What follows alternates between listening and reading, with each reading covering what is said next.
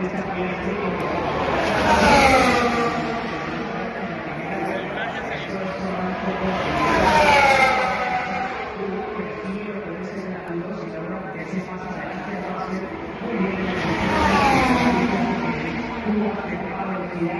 puede ganar, perder mucho tiempo y así es más rápido hasta